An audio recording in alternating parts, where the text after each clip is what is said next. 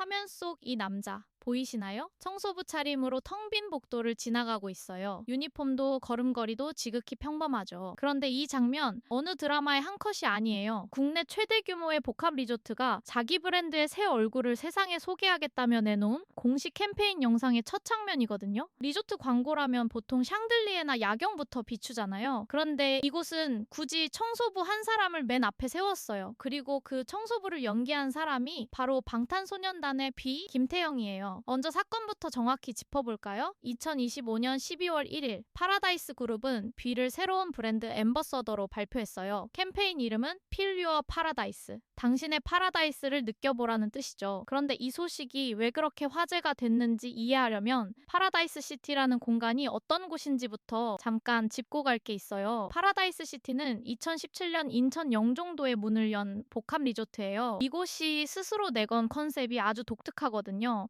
아트테인먼트, 그러니까 예술과 엔터테인먼트를 붙여 만든 말이에요. 말로만 그러는 게 아니에요. 리조트 전역에 미술 작품이 약 3,000점 놓여 있어요. 더 흥미로운 건 배치 방식이죠. 이 작품들을 별도의 갤러리 안에 가둬두지 않고 로비와 복도, 광장 같은 시설 곳곳에 그냥 흩어놓았거든요. 손님이 체크인을 하러 걸어가는 그 동선 자체가 전시장이 되는 구조예요. 이게 생각보다 큰 결정이거든요. 작품을 갤러리에 모아두면 관리도 쉽고 훼손 위험도 줄어들죠. 그걸 굳이 로비와 복도로 꺼내놓는다는 건 예술을 부가 서비스가 아니라 이 공간의 기본값으로 삼겠다는 선언에 가까워요. 평가도 따라왔어요. 미쉐린 가이드는 이곳에 아트 파라디소의 일기 등급을 매겼고, 흔히 호텔판 미쉐린으로 불리는 포브스 트래블 가이드에서는 2020년 국내 호텔 가운데 가장 짧은 기간에 4성급을 받아냈죠. 그리고 그 등급을 7년째 지키고 있어요. 국내 복합 리조트 카테고리에서 포브스 트래블 가이드 등급을 유지하고 있는 곳은 여기 한 곳뿐이에요. 자, 그럼 여기서 한 가지 의문이 생깁니다. 이만한 자부심을 가진 공간이 왜 하필 뷔를 자기 얼굴로 골랐을까요? 그냥 유명해서였을까요?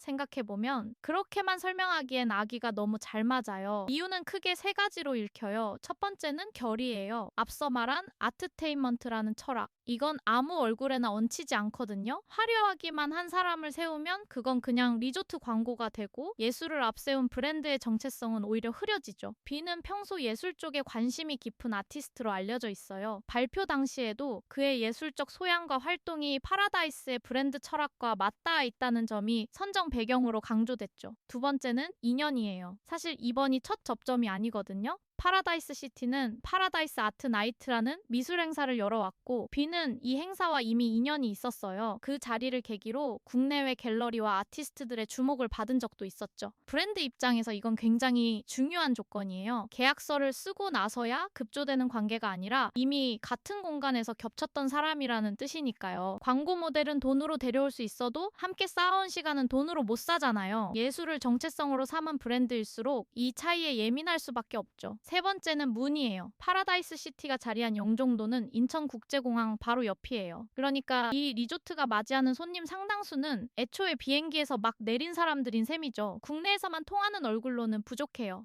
공항 문이 열리는 순간 이름이 이미 알려져 있는 사람, 그러니까 세계에서 통하는 영향력이 필요했던 거예요. 결, 인연, 그리고 영향력. 이 세 가지가 정확히 한 사람 위에서 겹쳤던 거죠. 그런데 여기서 끝이 아니에요. 캠페인 영상의 설정이 정말 흥미롭거든요. 앞에서 본 그 청소부, 그게 바로 뷔가 맡은 배역이에요. 리조트에서 가장 화려한 자리가 아니라 가장 눈에 띄지 않는 자리에서 이야기가 시작되는 거죠. 이 청소부는 리조트 곳곳을 돌아다녀요. 한식 파인다이닝 레스토랑 사라세, 실내 테마파크 원더박스, 럭셔리 스파시메르, 그리고 광장까지요. 그가 문을 열 때마다 평범한 공간이 환상적인 장면으로 바뀌어요. 브랜드가 하고 싶었던 말이 여기 다 담겨 있죠. 파라다이스는 특별한 사람에게만 열리는 곳이 아니라 문을 여는 사람 누구에게나 열린다는 것. 세계적인 아티스트를 데려다가 굳이 가장 낮은 자리에 배역을 맡긴 리조트라니 조금 뭉클한 선택 아닌가요? 자, 이제 예전과 지금을 나란히 놓고 볼까요? 아닐까요? 예전에는 한국의 시설이 세계에 자기를 설명하려면 바깥의 권위부터 빌려와야 했어요. 해외에서 이름난 얼굴을 데려오고 해외 평가기관의 도장을 받아야 비로소 격이 증명되던 시절이었죠. 그런데 지금은 순서가 달라졌어요. 약 3,000점의 작품을 품고 포브스 등급을 7년째 지켜온 공간이 자기 철학을 대신 말해줄 얼굴로 한국에서 온 아티스트를 택했어요. 바깥에서 빌려오는 게 아니라 우리가 가진 것끼리 맞물려서 세계에 내보이는 그림이 된 거예요. 물론 캠페인 하나로 모든 게 뒤집혔다고 단정할 수는 없어요. 다만 예술을 정체성으로 내건 공간이 그 정체성을 맡길 사람으로 한국 아티스트를 골랐다는 것만큼은 분명하죠. 불과 몇 년 전만 해도 상상하기 어려웠던 그림이잖아요. 그렇게 생각하니 조금은 뿌듯하네요. 영상 시청해주셔서 감사합니다. 지금까지 K시그널이었습니다. 구독과 좋아요는 큰 힘이 됩니다.